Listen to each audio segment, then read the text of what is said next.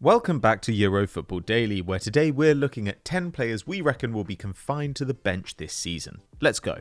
10. Samir Handanovic. Not only is Samir Handanovic a part of the furniture at Inter Milan, he's also very much a Serie A icon. The former Slovenian international made his Italian football debut way back in May 2005 with Udinese, eventually nailing down the number 1 spot at the start of the 2007-8 campaign. And since then he's been a virtual ever-present in the league, with 182 appearances for I Friulani, following up with 366 with Inter since 2012. His 552 total appearances in Serie A ranks him 8th all time, but that might be as high as the 38-year-old rises on the list. That's because the Nerazzurri have signed Ajax's André Onana, 12 years Handanovic's junior. His new Cameroonian colleague might be coming off a difficult couple of years, but is still considered one of Europe's most exciting young goalkeepers. Though Handanovic played for Inter in Week 1, if Onana does end up getting the nod, it'll be hard for the veteran to force his way back into the lineup. And when he does play, a bad performance could be punished by manager Simone Inzaghi, and Handanovic's tenure as the undisputed number 1 could well be over. 9. Gerard Piqué. Along with Sergio Busquets, Gerard Piqué is the last of the old guard at Barcelona that won 2 Champions League titles in 3 years, from 2009 to 2011. And it could in fact be time up at the Camp Nou for the pair of them, who total almost 1,300 appearances for the Blaugrana between them. And while Busquets still appears to be in boss and former teammate Xavi's plans, the same can't be said for Piqué. With Barca finally able to register new signings Andreas Christensen and Jules Koundé, the 35-year-old will fall to 5th in the centre-back pecking order, also behind Ronald Araujo and Eric Garcia. And instead of looking for a move away, as was advised by Xavi, Piqué is happy to stick around. So it likely means that the former Manchester United defender's biggest impact for this coming campaign will be in the dressing room, with Piqué only expected to be called upon in times of emergency. With his recent injury record, that's probably not the worst thing, but there's no doubting Piqué would rather be on the pitch every game. 8. Seamus Coleman.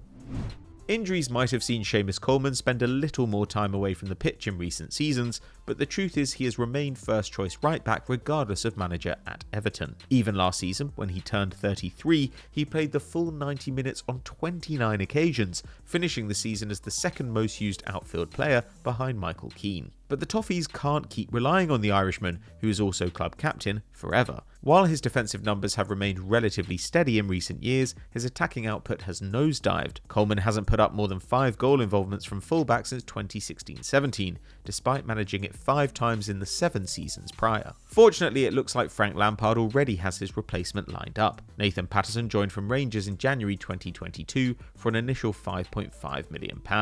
And the 20-year-old made his first Premier League appearance for the club against Chelsea in this season's opening game, impressing despite the 1-0 loss. As Everton look to bounce back from near relegation last campaign, fresh-faced Patterson could be the burst of energy they need moving forward.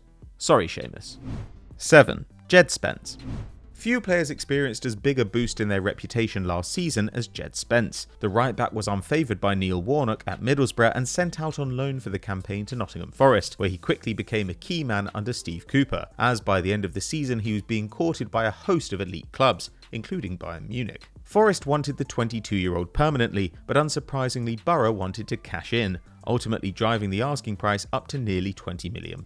Spurs coughed up the money, and Spence was headed to North London as part of their impressive recruitment drive, although it later emerged that this signing was not one that had the Antonio Conte seal of approval. The Italian said, "Spence is an investment of the club, and I thought, this player is young, but he has shown he can become a good player for us. The club decided to buy him." It looks like the youngster has work to do to convince Conte, being behind both Emerson Royal and Matt Doherty at this stage of the season. Minutes are going to be very hard to come by for Djed Spence.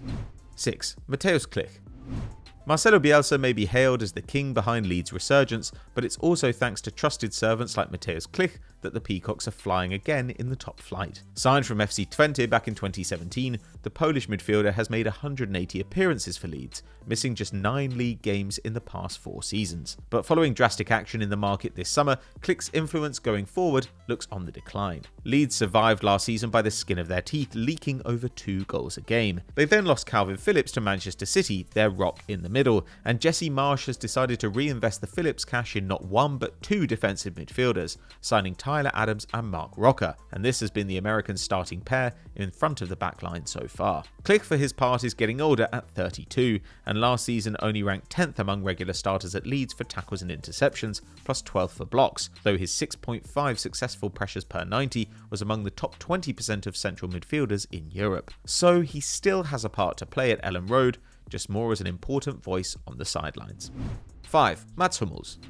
Having been a mainstay in Borussia Dortmund's backline ever since returning from Bayern Munich in 2019, Mats Hummels' status as a Bundesliga regular looks under serious threat. BVB staggered home to a lacklustre second place last season, no thanks to their leaky defence. They conceded 52 times, the 9th worst record in the Bundesliga, and only managed to stay near Bayern due to the Bavarians' own issues and a Haaland-inspired attack. Part of their problem was that injuries had wreaked havoc on their backline, and to try and address this problem, Dortmund have been adventurous in the market, signing Niklas Süle on a free and capturing the highly regarded Nico Schlotterbeck from Freiburg for €20 million. And this could be bad news for Hummels. Now almost 34, the 76-capped German international carried Dortmund's defence last term, still producing an excellent 4.9 tackles and interceptions per 90 and putting up big pressure, block and aerial win numbers, and has started the first 2 matches of the new campaign. But Schlotterbeck and Süle are the future of BVB's defence. So don't be surprised if that's the direction Edin Terzic takes BVB in this season once Süle is fully operational.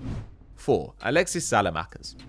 Alexis Saelemaekers was never expected to be a big star at San Siro. Joining Milan back in 2019 for just €4.5 million from Anderlecht, a paltry sum by the Rossoneri standards, the winger was coming off the back of a quiet 6-month loan with the club, where he scored once and looks set to be a competent squad member, if not much more. But the Belgian winger has grown in stature in Serie A, so much so he made 36 appearances, including 22 starts, during Milan's Scudetto-winning campaign. That was despite only contributing a goal and 3 assists, disappointing numbers by any winger's standards. But where Saelemaekers wins hearts and minds is in his defensive work rate. He boasts dominant pressure, tackle and interception numbers and is great at carrying the ball from deep, completing 7.1 progressive carries per 90. The question is whether this is enough to earn him regular minutes this term. We think not, especially with Milan signing Junior Messias permanently, spending €32 million on Charles de Ketelaere and targeting other wingers in Hakim Ziyech and Marco Asensio. 18 minutes off the bench in the opener against Udinese suggests our hunch might be right. 3. Tom Cairney. Fulham fans may claim there is no one like Tom Cairney, but Marco Silva doesn't appear to share the sentiment, as after 2 matches, it looks like game time will be hard to come by for the influential Scottish midfielder. Aware that Fulham's defence is where their main weakness lies, Silva has opted for 2 defensive-minded shields in midfield. Newcomer João Palhinha has been coupled with Harrison Reed, and the pair have been dominant so far, completing 21 tackles and interceptions, 9 blocks, and attempting 77 pressures combined. That leaves 1 spot ahead of them in Silva's 4-2-3-1 for Cairney to occupy, but Andreas Pereira's arrival scuppers him there too, with the Brazilian producing 2 surprisingly efficient displays in draws against Liverpool and Wolves. Cairney hardly shone in Fulham's last foray into the Premier League either, putting up 1 goal and assist across the campaign. The 28-year-old fan favourite will have his part to play in Fulham's fight for survival, but it may not be as integral as he hopes. Either way, the onus is on him to perform when called upon. 2. Tyrone Mings. Having your role as captain taken away from you is never a good sign, and that's exactly what happened to Tyrone Mings over the summer. The 29-year-old saw his armband handed to midfielder John McGinn instead, and then when it came to the opening game of the new season, a 2-0 defeat away to newly promoted Bournemouth, he found himself an unused substitute. And it doesn't look like the England international's way back into the starting lineup is particularly straightforward either. The club purchased Diego Carlos for £26 million from Sevilla, and while he's now injured, 24-year-old Ezri Konsa has continued to impress during his 3 years in the West Midlands. And frankly, it doesn't seem that boss Steven Gerrard wants to play him at the moment either. Speaking after the opening day loss, Gerard told reporters he would select Mings again when he looks me in the eye and shows me that he's ready to play, before suggesting the defender's reaction to losing the captaincy was part of the reason he lost his starting role. Poor timing for Mings, who was hoping to be a part of the England squad that heads to the World Cup in November. Let's see if Carlos's injury gives Mings the chance he craves, but don't bet against Villa bringing someone else in to take his place. 1. Frenkie de Jong.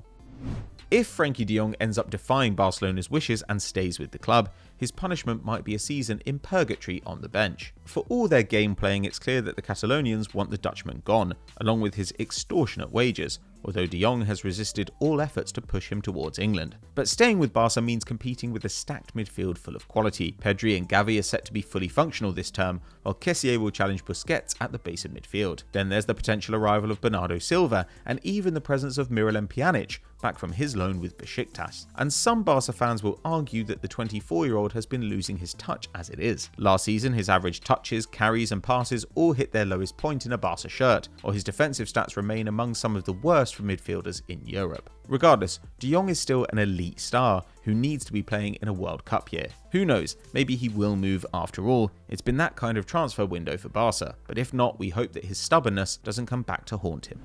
So those are 10 players who we think might spend the season on the bench, but who else do you think will be left out of their team's starting 11? Let us know in the comments below. If you enjoyed this video, drop us a like and subscribe to the channel, hit the notification bell, and you'll never miss an upload. We'll see you next time.